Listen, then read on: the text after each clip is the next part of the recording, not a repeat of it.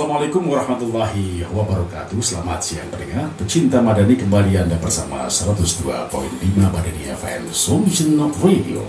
Edisi hari ini pendengar di hari Kamis 16 Maret 2023. Kalau seperti biasanya Mbak Ria Madani Valeria menemani Anda di dalam acara Bincang Sehat Rumah Sakit Aisyah Bojonegoro Kamis 16 Maret edisi spesial hari ini, karena Mbak Ria ada di Jakarta, sehingga saya Bram Remondo hadir untuk menemani Anda di acara Bincang Sehat bersama Rumah Sakit Aisyah Bojonegoro ya.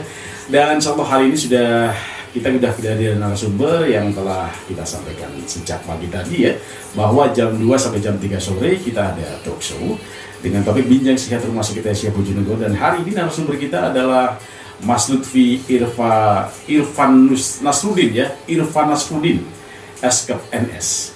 Topik kita hari ini dengan profesionalitas, perawat kerja tenang, pasien aman. Nah, maksudnya bagaimana? Nanti kita akan coba untuk mencari informasi sedetail-detailnya. Seperti apa sih atau apa yang dimaksudkan dengan topik profesionalitas, perawat kerja tenang, pasien aman. Sesaat kita akan sapa dulu Mas Lutfi atau Pak Lutfi ini yang bagus ya. Assalamualaikum warahmatullahi wabarakatuh. Mas Lutfi, apa kabar? Alhamdulillah. Waalaikumsalam warahmatullahi wabarakatuh. Sehat ya Mas? Sehat. Alhamdulillah. Seorang tenaga medis wajib sehat ini ya, hukumnya. Ya, harus itu. Tapi itu ikhtiar. Apa daya tangan tak sampai kalau Tuhan menciptakan. Betul sekali, Mas Bram ya. Siap. Baik, Mas Lutfi, hari ini kita dengan topik profesionalitas, perawat kerja tenang, pasien aman. Nah, tentu pendengar yang saat ini sedang mendengarkan acara kita Bincang Sehat Rumah Sakit Aisyah Bojonegoro penasaran ya, sejatinya apa yang dimaksudkan dengan profesionalitas, perawat kerja tenang, pasien aman. Silakan Mas Lutfi. Ya, oke, terima kasih atas waktunya.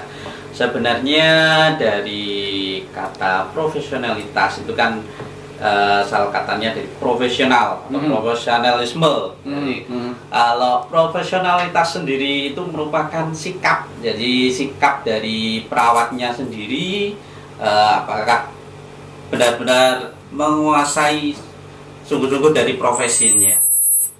Jadi bekerja yang profesional sesuai ahlinya. Oke. Jadi kita bekerja, kalau kita bukan ahlinya di bidang misalkan di bidang A, ya kita jangan melakukan tindakan yang seperti itu. Nah, jadi sesuai ahlinya ya Mas? Iya, betul sekali. Iya. Jadi para pendengar, profesionalitas perawat kerja tenang, pasien aman tentu ada hubungannya dengan ahli. Dan seperti kita sering dengar ya, kalau dunia ini tidak ditangani dengan ahlinya maka akan segera rusak. Betul sekali. Perawat pun sama nih Mas Lutfi ya. Iya. Perawat harus profesionalitas sesuai dengan ilmu medisnya atau ilmu yang didapatkan. Sehingga mereka ilmu keperawatan yang pasti. Sehingga kerja menjadi tenang, pasien terutama menjadi aman. Juga aman. Kita bisa bayangkan kalau pasien itu pergi ke Rumah Sakit Aisyah Bojonegoro dengan angan-angan harus pulang segera sehat. Nah, kalau perawatnya kurang profesional dan tidak sesuai dengan ahlinya, berbahaya ini ya. Sangat berbahaya. Oke. Mas Lutfi tadi sudah disampaikan bahwa perawat profesionalitas adalah tolak punggung atau mungkin ujung tombak juga ya dari salah satu rumah sakit yang ada, bahkan Rumah Sakit Aisyah Bojonegoro. Nah, sejatinya kalau boleh disampaikan oleh Mas Lutfi ini, tugas perawat itu apa saja sih sebenarnya? Sebenarnya tugas perawat itu banyak sekali Mas Bram. Tidak hanya karena kita profesi yang terpisah, jadi kita memang kalau dulu kita seperti ya istilahnya kita membantu tenaga medis dalam hal ini dokter. Nah, jadi perawat itu sebenarnya profesi tersendiri. Ya, jadi sama kedudukannya dengan dokter. Ya. Jadi kita profesi terpisah, jadi antara dokter dan perawat itu kedudukannya sama. Sebenarnya apa sih tugasnya perawat? Perawat dalam saat ini itu tidak hanya ya hampir sama dengan profesi dokter. Kita juga punya profesi yang spesialis. Jadi ada spesialisasi untuk perawat-perawat, ya terutama contohnya ada spesialis untuk bedah, jadi ada perawat khusus keperawatan bedah itu juga ada sendiri, keperawatan jiwa ada, keperawatan anak juga ada. Perawatan maternitas juga ada. Jadi ada spesialisasi tersendiri. Jadi tugas perawat itu ya terutama di rumah sakit ya mendukung pasien, terutama menjaga kesehatannya, juga mengatasi penyakitnya. Namun ada beberapa tanggung jawab dari seseorang perawat yang termasuk dari bagian peran seorang perawat, terutama ya mencatat catatan rekam medis. Nah, jadi riwayat medis dan gejala pasien-pasien yang di rumah sakit dan juga bekerja secara tim, karena perawat itu tidak mungkin bekerja sendiri, pasti bersama timnya. Kemudian mantau pasien-pasien yang di ruangan, terutama memantau tanda-tanda vital itu termasuk juga salah satu tugas dari perawat. Kemudian memberikan obat atau perawatan, memberikan terutama ya bisa juga perawatan luka, perawatan apa yang jenisnya ya alat-alat medis itu pun juga termasuk. Jadi kita harus bisa mengoperasikan Jadi hampir semua kegiatan di rumah sakit itu harus bisa dikerjakan oleh seorang perawat. Jadi multi talenta di situ. Jadi seorang perawat itu harus multi talenta memang. Itu. Jadi itu pendengar Insan Madani, ternyata tugas perawat itu sangat penting dan sangat urgent, dan salah satu jadi motor penggerak atau bahkan tulang punggung di rumah sakit ya, Rumah Sakit Aisyah Bojonegoro terutama. Maka perawat tentu harus profesional sesuai dengan bidang keilmuannya. Ini tugas perawat yang pasti. Nah, Mas Lutfi, kalau boleh disampaikan kepada pendengar di rumah atau bahkan di mobil ya dalam perjalanan hari ini, secara kinerja harus melaporkan kepada siapa perawat ini? Kepada dokternya kah? Atau kepada manajemen secara langsung? Seperti apa kira-kira ini? Karena kita kan bekerja di tim itu tidak hanya perawat dan perawat, tapi kita juga perawat dengan tim medis lainnya, bisa juga ke dokter atau tenaga profesional yang lainnya. Kalau memang ada masalah di pasien, ya memang perlu kita konsultasikan, kita bicarakan bersama-sama, bisa juga ke bagian ahli gizi, bisa juga ke psikologi. Ya itu kita sesuaikan dengan gejala yang kita temukan pada pasien ya. Jadi gejalanya pasien kita apa saja, berarti lapornya kepada tenaga yang sesuai dengan gejala tersebut. Betul sekali. Jadi kita contoh gimana nih, Mas Lutfi? Contohnya umpamanya? Kalau memang ada, terutama kalau misalkan ada pasiennya setelah dicek laboratorium ada HB-nya yang turun, HB turun berarti kita bisa konsultasikan ke, terutama kalau bagian medis, terutama dokter ya. Kita dokter penanggung jawabnya siapa, kita laporkan dengan kondisi HB-nya yang kurang, apakah perlu tindakan transfusi segera, baru kita tindakan selanjutnya. Jadi perawat ini multi talenta betul ya? Betul sekali. Mirip dokter ya? Mengetahui segala hal yang pasti. Ya harus itu kayaknya. Di awal di awal gejala pasien ya. Karena kita biasanya bukan dokter duluan biasanya yang pasien ketemu di rumah sakit itu pasti ketemu perawatnya duluan. Gitu. Cukup luar biasa di perawat tugasnya ya. Oke, Mas Lutfi, kalau boleh dibilang perawat tugasnya yang sangat luar biasa, bahkan berat ini ya, maka harus betul-betul profesional dan sesuai dengan keilmuannya. Nah, kalau boleh dibilang Rumah Sakit Aisyah Bojonegoro cukup besar, cukup terkenal di Bojonegoro, bahkan di kabupaten sekitar Bojonegoro ini yang menjadi rujukan bahkan unggulan ya Rumah Sakit Aisyah ini bagi mereka karena layanannya dan karena ketepatan begitu ya. Apa ketepatannya, banyak hal ya pasti. Nah, kira-kira berapa banyak perawat yang ada di RSAB ini, Mas? Di Rumah Sakit Aisyah kurang lebih ada sekitar kalau perawatnya aja sekitar 160-an. 160 sekali ya, Mas Lutfi ya. Betul sekali. Oke, siap. Jadi hampir 160 lebih begitu perawat ya. Kira-kira masih memungkinkan untuk menambah lagi begitu ya, dengan berbagai pasti itu kemajuan rumah sakit yang diraih saat ini gitu ya. Karena kita masih pengembangan jadi sangat dipastikan kita membutuhkan tenaga profesional, jadi pasti itu. Kalau begitu perawat di RSAB, Rumah Sakit Aisyah Bojonegoro ini dengan banyaknya pasien dengan gejala medis yang sangat berbeda-beda setiap pasien. Apakah kemudian berbeda perawat penanganannya ini? Sebenarnya kalau perbedaan satu pasien dengan satu macam satu perawatnya sebenarnya tidak ada perbedaan seperti itu. Jadi kita semua bisa memegang, istilahnya bisa memberikan layanan keperawatan kepada semua pasien, ya, semua jenis. Meskipun jenis gejala penyakitnya berbeda ya. Ya, walaupun jenis penyakitnya berbeda, tapi kita memberikan layanan keperawatan itu kepada semuanya. Jadi secara keseluruhan. Jadi tidak spesifik perawat khusus. Tidak. Sesuai penyakit tidak ada ya. Tidak ada.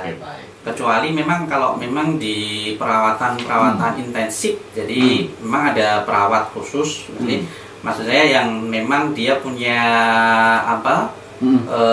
sertifikasi lainnya seperti perawat intensif care, nah itu nanti biasanya memang dia ada pelatihan perawat intensif di ICU terutama, atau di bedah sentral ya. Kalau di bedah sentral pasti perawatnya juga sudah sertifikasi khusus perawat bedah sentral seperti itu. Itu baru spesifik ya. Iya, yang spesifik dan harus sekolah lagi mesti ya. Iya, betul sekali. Harus ada sekolahnya lagi. Baik. Ya itulah pendengar, ternyata kalau kita bedah ya secara khusus perawat luar biasa, hampir mirip dengan seorang dokter, bahkan gejala awal penyakit pun perawat yang mengetahuinya. Betul. Dan mendiagnosa untuk segera dilaporkan kepada pihak masing-masing, baik dokter, gizi dan sebagainya begitu ya. Ya, jadi tema kita persis dengan profesionalitas perawat kerja tenang, kemudian pasien aman. Jadi Anda akan aman kalaupun Anda mudah-mudahan tidak ya, tapi Anda bisa manusia yang pasti sakit. Nah, Rumah Sakit Aisyah Bojonegoro dengan kemudian menyiapkan perawat yang profesional tentunya menjadi keamanan tersendiri bagi kita sebagai seorang pasien begitu ya. Maksudnya kita break sejenak aja karena ada break komersial yang harus saya putar kali ini, dan sesaat lagi kita akan kembali ke topik bincang sehat bersama Rumah Sakit Aisyah Bojonegoro bersama saya Bram dan juga narasumber kita Lutfi Irfan Nasruddin, SKEP NS. Sesaat lagi kita akan kembali hadir. Ya, dengan Anda masih bersama 102.5 Madani FM Solution Radio. Saya Bram Priambodo masih bersama Anda sampai nanti tuntas jam 15 waktu Indonesia Barat. Kali ini kita di Bincang Sehat bersama Rumah Sakit Aisyah Bojonegoro. Topik kita adalah dengan profesionalitas perawat kerja tenang, pasien aman. Tadi Mas Lutfi Irfan Nasruddin, SKEP NS, beliau sudah menyampaikan selaku narasumber bahwa perawat ini ternyata cukup luar biasa kinerjanya, profesionalitas betul dan bertanggung jawab sedini mungkin terkait dengan pasien ya, baik temuan terbaru, diagnosa medis, dan kemudian juga tugas-tugas mereka yang sangat hampir mirip dokter ya, dan harus membagi informasi penting ini kepada dokter, kepada perihal yang lain seperti gizi atau bahkan kepada manajemen rumah sakit tersebut sesuai dengan temuan-temuan yang ada di pasien. Nah, Mas Lutfi, tentu banyak pertanyaan yang sudah masuk seperti tadi ada 5 pertanyaan sudah Anda jawab, sekarang ada pertanyaan yang ke-6 ini. Nah, seberapa sering sih Dok, Mas Lutfi perawat ini melakukan hal-hal yang semestinya dikerjakan oleh dokter, atau mungkin hanya saja melaporkan saja kepada dokter dan sebagainya? Kira-kira perawat ini? Iya, sebenarnya di kita perawat itu ada, karena kita tim ya, tim ada tim medis, ada tim keperawatan. Di situ ada kita pendelegasian. Nah, itu ada jenis pendelegasian dari tenaga medis lain yang dilimpahkan kepada kita seorang perawat. Nah, jadi kita bisa melaksanakan tindakan, tapi untuk tanggung jawabnya tetap kembali ke yang memberikan delegasi. Kayak seperti itu. Ya, seperti halnya kita melakukan masukkan obat suntik lah. Nah, sebenarnya yang wajib untuk menyuntik itu sebenarnya adalah tugas dokter. Nah, karena ada pendelegasian yang dilimpahkan ke kita, jadi kita bisa memberikan obat lewat suntik seperti itu. Jadi tidak harus dokter ya kalau udah didelegasikan. Iya, betul sekali. Semacam mengganti cairan, memberikan obat, tapi semua atas informasi dokter yang Betul sekali. Lucu gitu ya. Jadi ada pendelegasian dari dokter penanggung jawab yang diberikan kepada kita seorang profesi perawat seperti itu. Jadi kita diberikan pelimpahan delegasi dengan tanggung jawabnya itu tetap tanggung jawab dari yang memberikan delegasi. Nah, setidaknya dokter seperti itu. Siap. Jadi itu mendengar ternyata tugas perawat yang cukup multi talenta ya. Jadi ternyata kalau ada perawat dan kita mungkin semua sudah mengalami ya ketika Anda sakit bahkan opnam di rumah sakit, kok perawat ya yang mengganti cairan infus, kok perawat ya yang menyiapkan obat. Apakah ini karena perawat yang mengetahui medisnya? Ternyata tidak. Ternyata dokter penanggung jawab yang ada itu memperlimpahkan ya, mendelegasikan gitu ya. Pak Sufi ya. Iya, tidak kan itu. Sebenarnya kalau perawat pun kita juga harus tahu, oh ini karena sebagai tugas perawat itu tidak hanya kita diberikan delegasi aja, tapi kita juga harus tahu ilmu yang kita akan gunakan, misalkan pemberian obat. Obat itu harus diberikan secara apa, rutenya bagaimana, terus kepada pasien apa. Misalkan pasiennya tekanan darahnya sudah turun rendah di bawah 100, terus dia dapat obat penurun tekanan darah. Padahal itu tidak boleh. Kalau kita berikan obat turun darah, malah semakin tambah membahayakan pasiennya malahan. Ya seperti itu. Berarti harus peka sekali ya perawat ini ya. Betul sekali. Karena memang tugas perawat itu selain tadi memberikan perawatan, kita juga sebagai advokasi, seperti pelindung pasien juga, seperti itu Mas. Pelindung pasien di awal yang pasti ya. Iya betul sekali. Apapun gejalanya, perubahan daripada pasien. Kita perubahan sedikit pun dari pasien, kita harus tahu. Baik. Mas Lutfi, kalau di Rumah Sakit Aisyah Bojonegoro ini, apakah perawat juga selalu diberikan briefing ilmu-ilmu baru? Di luar dari konteks keilmuan yang telah didapatkan di kampus pada waktu itu, setelah masuk di Rumah Sakit Aisyah. Sebenarnya refreshing itu selalu ada ya. Jadi refreshingnya namanya ya. Keilmuan itu pasti kita dapatkan di rumah sakit seperti itu. Karena perkembangan ilmu setiap tahun, setiap waktu pasti berubah. Jadi kita harus mau tidak mau kita memang harus mengikuti. Perkembangan penyakit juga cukup luar biasa ya. Tahu tuh ada corona begitu. Betul sekali. Nah, tiba-tiba ada itu. Wah. Iya, ini ilmu baru ya. Betul sekali. Penanganan yang spesifik, ilmu baru. Bayangkan aja corona ini kemudian mereka komorbid. Bagaimana dengan obat coronanya ini kan ilmu baru nih. Dua-duanya harus sembuh. Kemarin pelaksanaan di RSM juga begitu ya? Iya, betul sekali. Baik.